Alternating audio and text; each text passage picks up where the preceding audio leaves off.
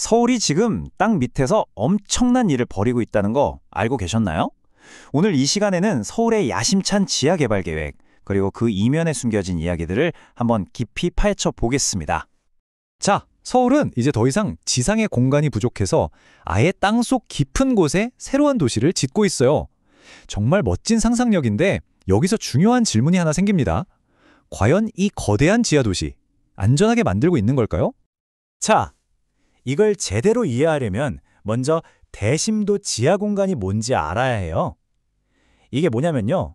보통 땅속 40m보다 더 깊은 곳을 말하는데 일반적인 건물 기초가 닿지 않는 말 그대로 미지의 영역이라고 생각하시면 됩니다. 아니 근데 서울은 왜 갑자기 이렇게 깊은 땅 속에 꽂힌 걸까요? 그 진짜 이유가 뭔지 첫 번째 섹션에서 한번 파헤쳐 보겠습니다. 이게 그냥 공간이 부족해서 뭐 하나 더 짓자 이런 단순한 얘기가 아니에요. 서울이 겪고 있는 고질적인 문제들, 예를 들면 만성적인 교통체증 같은 거요. 이걸 해결하고 또 지상에 있는 복잡한 시설들을 땅 밑으로 싹 옮겨서 도시를 더 예쁘게 만들려는 거죠. 게다가 이미 얕은 땅속은 포화 상태거든요. 그러니까 더 깊이 내려가서 토지 이용 효율을 확 끌어올리려는 정말 큰 그림인 겁니다. 이게 그냥 계획만 있는 게 아니에요. 이미 어마어마한 프로젝트들이 진행 중이고 정말 말 그대로 도시 아래에 또 다른 도시가 만들어지고 있는 겁니다. 와, 이게 어느 정도 규모냐면요. 한번 보세요. 수도권 광역급행철도 GTX 아시죠? 이게 최고 50m 깊이에서 달리고요. 서부간선이나 동부간선 같은 주요 도로들도 지하 터널로 들어가고 있습니다. 그리고 정말 대단한 건 영동대로 복합개발인데 무려 60m 깊이까지 파서 거대한 환승센터랑 상업공간을 만든대요. 심지어 집중호우 때 도시가 물에 잠기는 걸 막기 위한 신월 빗물 저류 터널까지. 이 모든 게 우리 발밑에서 벌어지고 있다는 거죠. 그런데 말이죠. 여기서 좀 걱정되는 부분이 있습니다. 이렇게나 빠른 속도로 개발이 진행되는데 정작 법이나 제도는 그 속도를 따라가지 못하는 일종의 회색지대에 놓여 있다는 겁니다. 자, 이게 핵심인데요. 보고서에 따르면 안전이나 환경 기준 같은 제도적 기반이 거의 없는 상태에서 개발이 동시다발적으로 진행되고 있다고 지적해요. 그러니까 일단 집부터 짓고 설계도는 나중에 그리는 셈이죠. 이거 좀 위험하게 들리지 않으세요? 그렇다면 구체적으로 어떤 위험들이 도사리고 있는 걸까요? 전문가나 주민들이 걱정하는 것들을 크게 두 가지로 나눠서 한번 살펴보겠습니다. 이 표를 보시면 위험이 두 가지로 명확하게 나뉘어 있는 게 흥미로운데요. 하나는 당장 눈에 보일 수 있는 안전 문제. 예를 들어 땅이 갑자기 꺼진다거나 주변 건물에 금이 가는 거죠. 재난이 터졌을 때 대처하기도 어렵고요. 다른 하나는 좀 더 장기적인 환경 문제인데 지하수 수위가 바뀌거나 공사 때 소음, 진동이 발생하는 것들이 여기에 속합니다.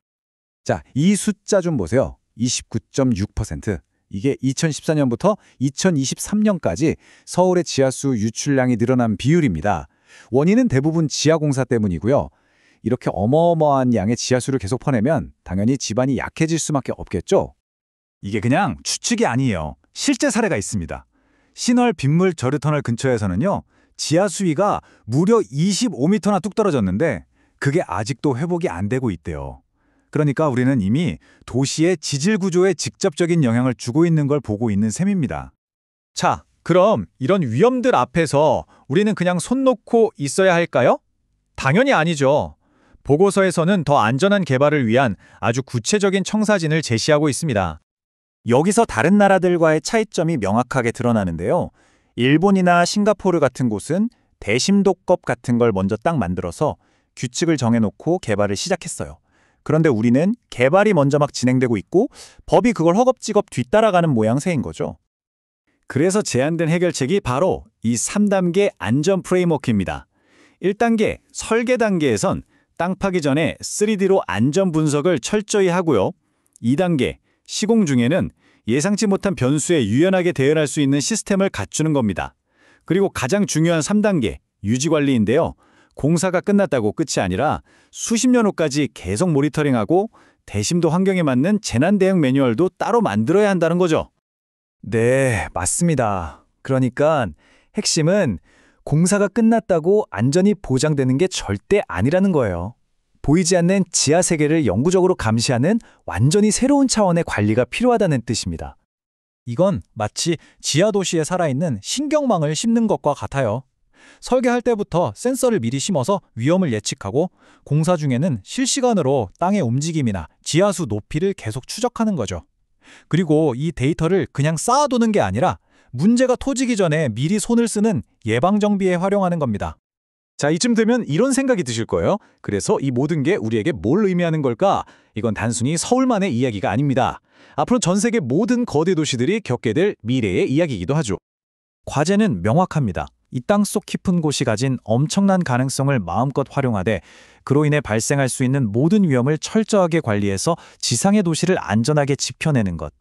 이건 혁신과 책임감, 또 야망과 신중함 사이에서 아슬아슬한 줄타기를 하는 것과 같습니다. 우리의 도시가 점점 땅 아래로 뻗어나가는 지금, 과연 우리는 발전이란 이름 아래 안전을 소홀히 하고 있지는 않은 걸까요?